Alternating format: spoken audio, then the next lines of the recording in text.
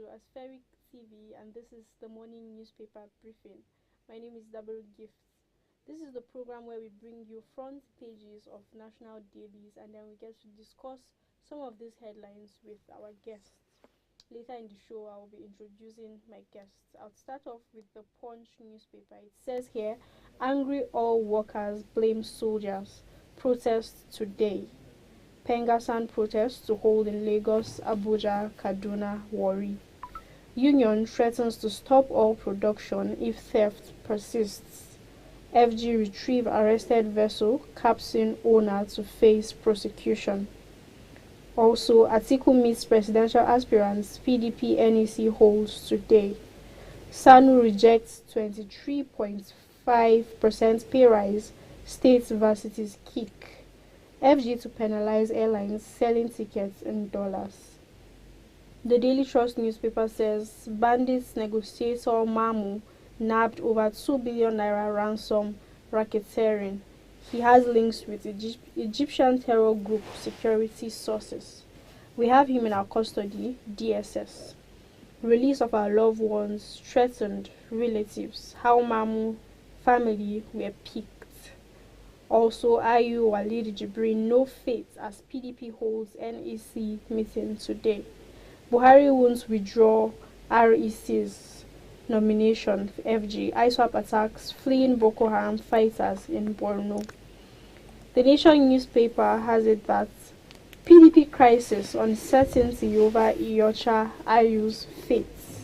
Atiku hosts presidential aspirants from South. Judgment Day coming, says Wike. Oyo governor, no retreat, no surrender. Tinubu, we are determined to turn Nigeria's fortune around. No rift between party chair and I, says APC presidential candidate. The These Day newspaper, it says here, DSS, FG requested Mamu's arrests, extradition. Says he has critical questions to answer. Identifies intelligence gathering as key to winning terror war. Oil workers begin nationwide rallies against massive oil theft today. Vow to declare total strike if menace continues. Says security officials now pay to be deployed in Niger Delta. Reveal about 300,000 barrels, $1 billion lost daily to short-ins. The Vanguard newspaper says feud how PDP governorship candidates brokered peace with Wike. We've heard from both sides. We'll meet NWC to decide. Ashiro. Also 2023, Tinubu tackles Obi, says party not threatened by fake statistics jabs. Says I'll unveil my developmental plans after election. The Daily Sun newspaper, it says here, Tinubu dismisses Obi Atiku as threats, says no rifts with Adamu. PDP crisis, Wike Makinde blow hot. Day of reckoning coming, Rivers governor. Will fight for space in party, Oyo governor. Party Guba candidates move to settle Atiku Wike rifts. FG to descend on airlines selling tickets in dollars. Denies spending 14.6 billion naira on Nigeria Airlines. The Nigerian Tribune, it says here, NEC meeting, uncertainty in PDP over IU Jibrin. It also has a picture of the Oni of Ife's wedding. The Guardian newspaper says NEC meeting, decision day in PDP over IU Atiku Wike feud. Tinubu denies plots to sack Adamu, sideline party for campaign council. Those are the newspaper headlines we have. I'll go on a quick break. When I return, I'll introduce my guest and we'll be discussing some of these headlines with you. Please stay with us.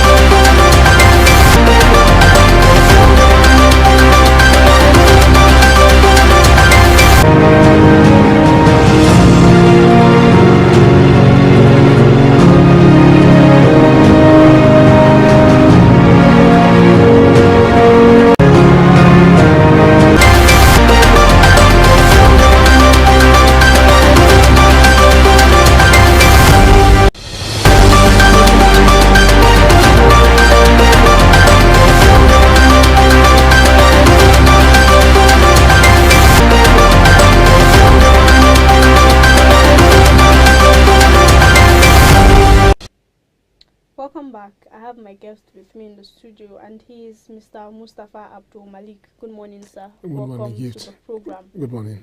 I might start off with the discussion about angry oil workers who intend to rally today nationwide, mostly Abuja, Lagos, and some other states.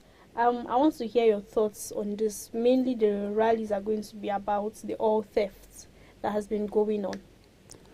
Well, the issue is, it seems as if government doesn't have a solution to oil theft as far as that particular crime is concerned, because it didn't start today.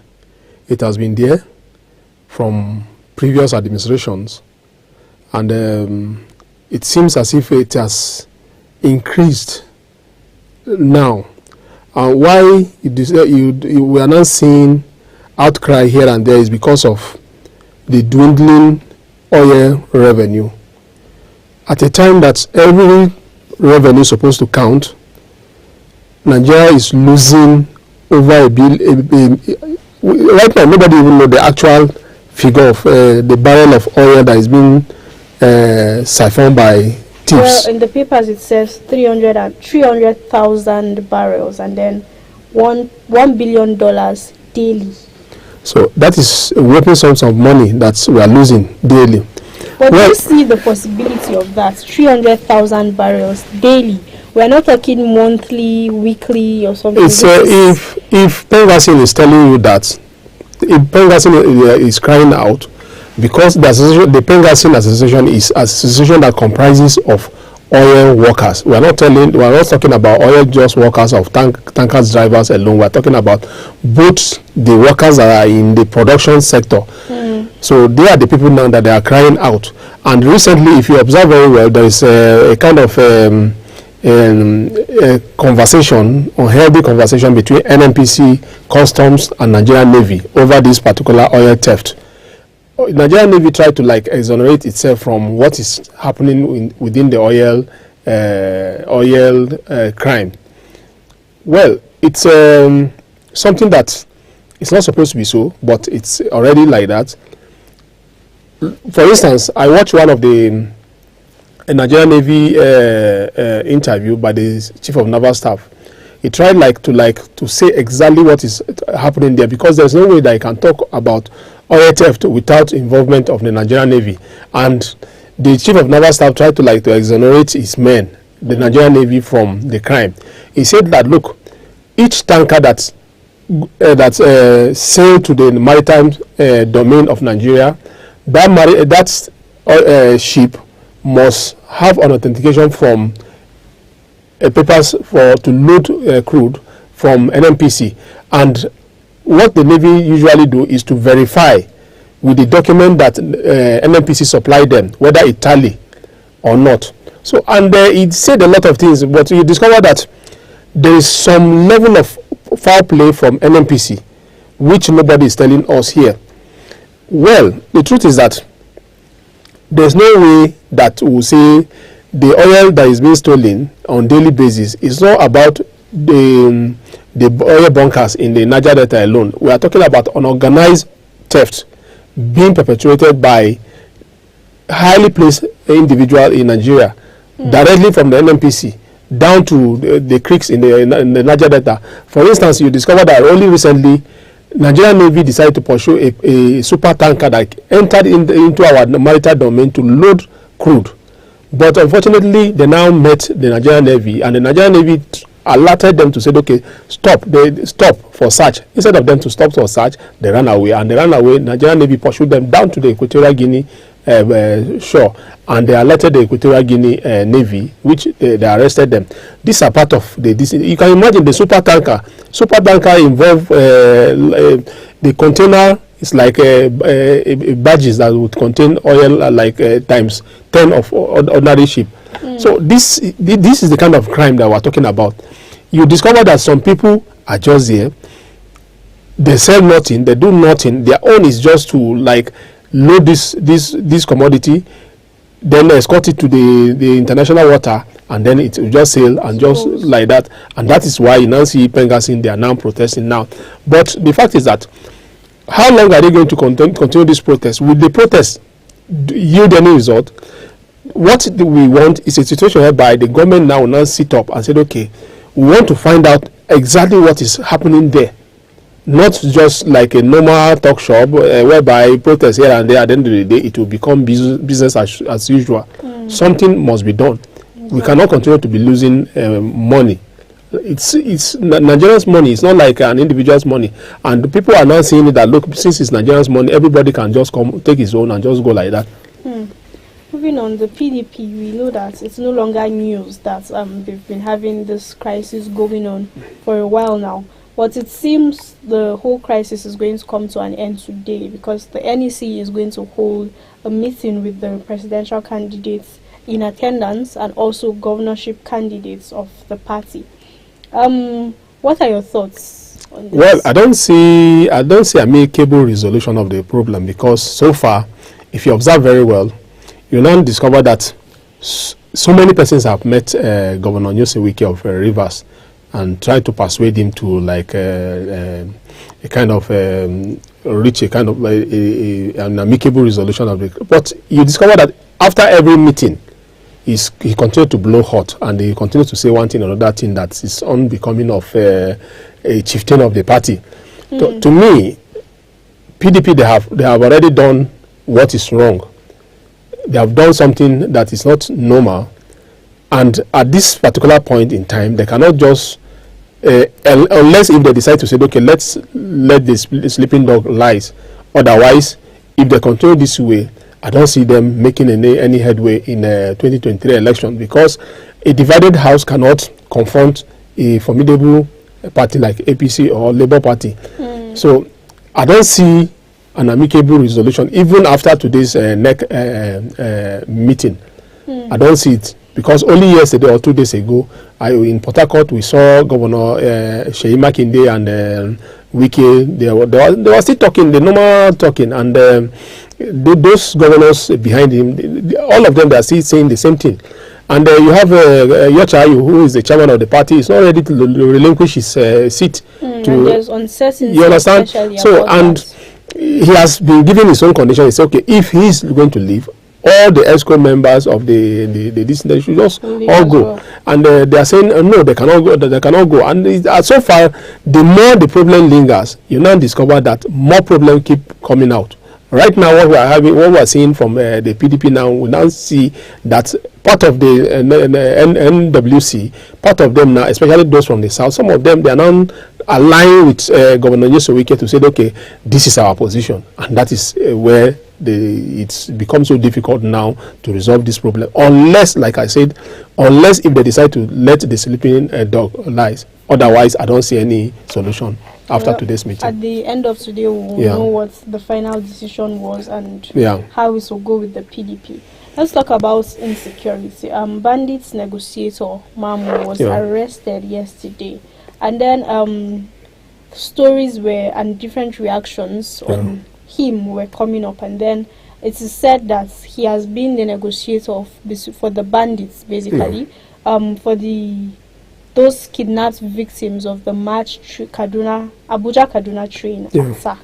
And the reactions that interest me the most were loved ones and relatives of some of the kidnapped victims being annoyed and agitated towards the government, saying the arrest should have waited a bit until they secured the release of those remaining victims. Then they would do whatever they decide. What are your thoughts on this? Well, we can only say our own, because this is a security matter. We will say that we are novice. It's not appropriate for us to dabble into security matter. However, we will talk about it, because how did an individual come into contact with a group of rogues that are unseen? It means he has a lot of explanation to make, and that is why you see the DSS now go after him. But where I find it very somehow not too distant about it is they allowed him to move away from Nigeria here until he said that he's going on a lesser Hajj before they now tracked him down in Egypt to arrest him. It shows that as if we are like Nigeria security system. It seems as if we are not too serious, because if you allow someone, he left to Nigeria quite okay. He passed through the airport until he now travel. Then you are now going there to pick him up and bring him back to Nigeria. For what? It's like we like this media thing of if not otherwise he lives in Kaduna. Why don't you just arrest him in Kaduna there, bring him up to answer some questions where that what you deem to be clarification that you need an explanation. It didn't start today. We are talking about right from when this bandits kidnapped these passengers in March. From March now, why allow him to even travel, let alone to say, okay, you are going to bring him down to Nigeria? I mean, it's been 6 months. 6 months. And then the other aspect, which has to do with the victims' relations, well, it's normal because to them, you know, this is a very tricky situation whereby their loved ones are still held captive there. So whatever thing that the government would do that will aggravate the situation whereby, you know, we are talking about rogues. We are talking about bandits that to some extent an outlaw whereby they can do whatever thing they like.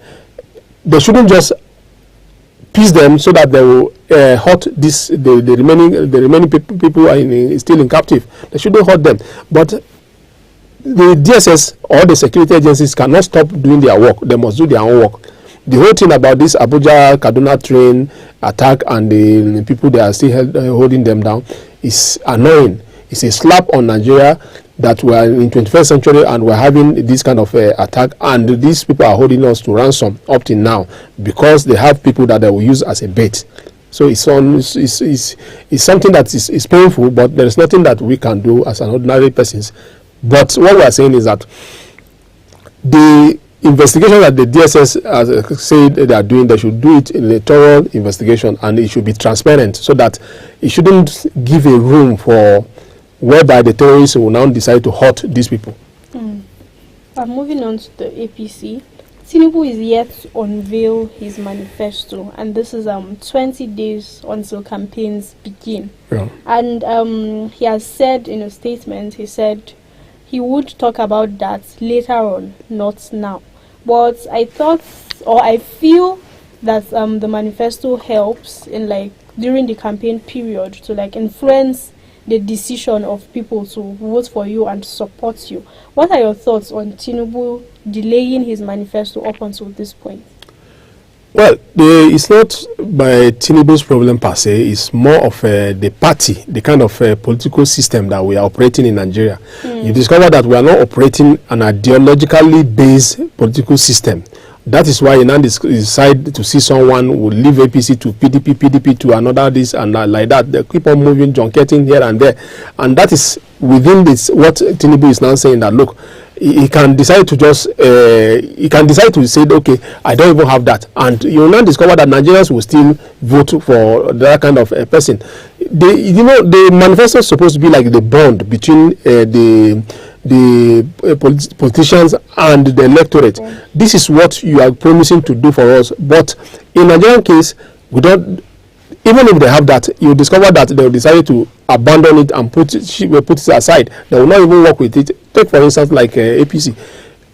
In 2014, 2015, I read the manifesto of APC. I thought that if the APC eventually win, they will turn Nigeria around to something greater. But you discover this is where we are today.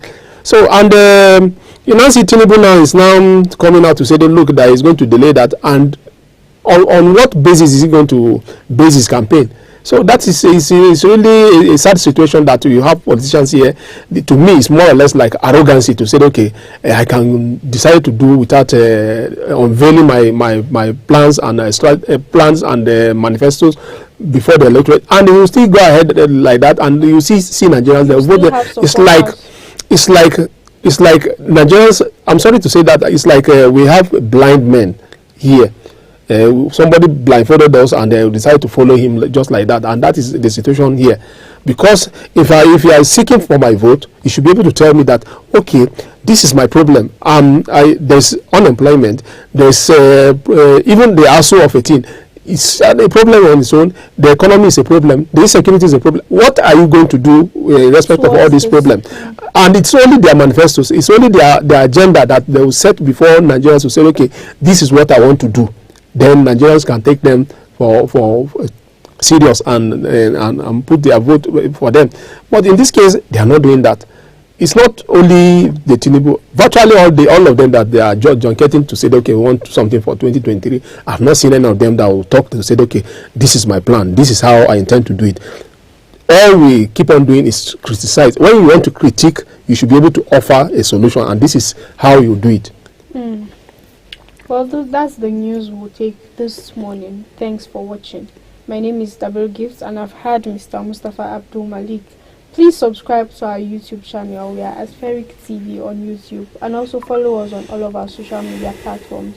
On Instagram and Twitter, we are Aspheric News, and on Facebook, we are official Aspheric News. Thanks for watching. Bye.